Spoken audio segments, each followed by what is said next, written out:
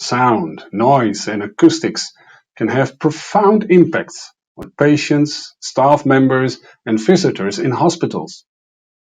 Do you know how many staff members are negatively affected by noise in their daily work environment? 91%.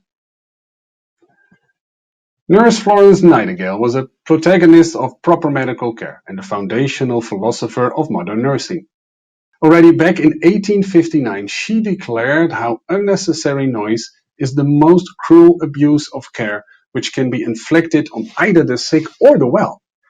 So she already knew how important it is to have a good healing environment. 100 years ago, a hospital ward, it looked like this. Is this a healing environment? Well, when it comes to acoustics, not that much. You see a lot of hard, smooth materials which reflect all the sound waves, and that is negatively influencing the sound environment. Sort of the same situation, but now a hospital from nowadays, in Manila, the Philippines. A room where you have a lot of newborn babies. They make a lot of sound, noise if they cry. So why didn't they add sound absorbing materials to lower these noise levels? No, a concrete ceiling. And you should know that the hearing of a newborn baby, it is 100 times more sensitive than ours as adults. So hospitals can be extremely noisy nowadays. Noise levels have even doubled since the 70s. And being exposed to all these noise levels, our heart rate goes up, our blood pressure goes up. Of course, that's not healthy. When patients suffer from sleep disturbances, they will often experience changes in alertness, healing time, and also in the length of stay. And also, errors are easily made.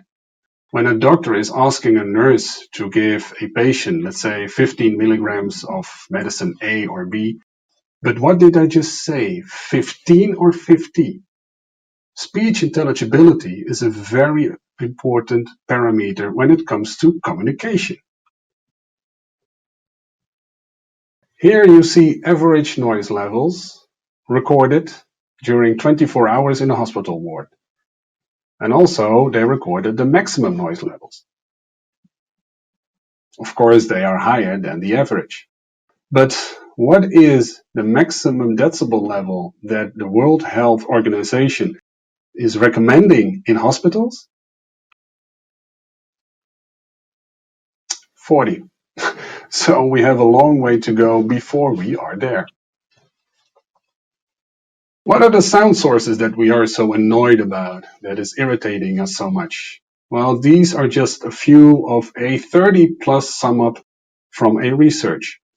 And as you can see, not one really pops out. It's all kinds of everything. And it doesn't have to be a loud sound source to become noise. This is a noise which I recorded myself, a water dispenser.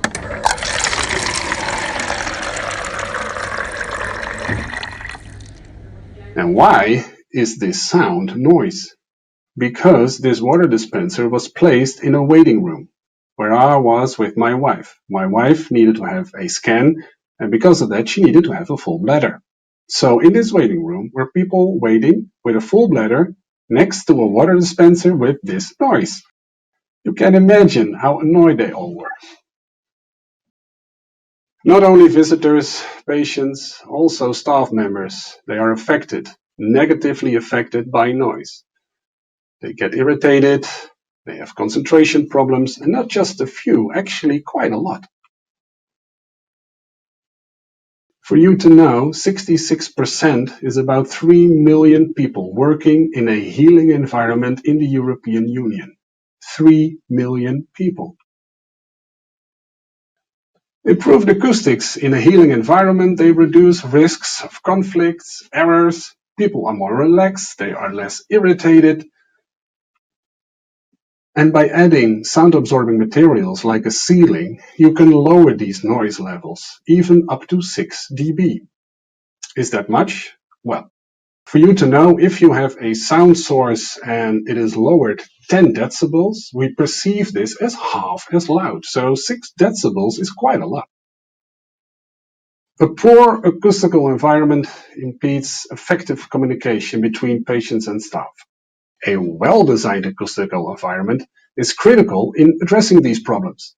Noise levels can be effectively reduced by installing high-performing, sound-absorbing ceilings.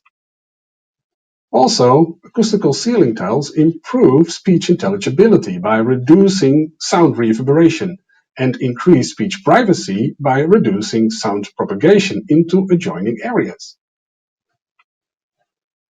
And it doesn't always have to be white. You can have design freedom and play with colors like you see in this hospital. Both ceilings that you see are sound-absorbing ceilings.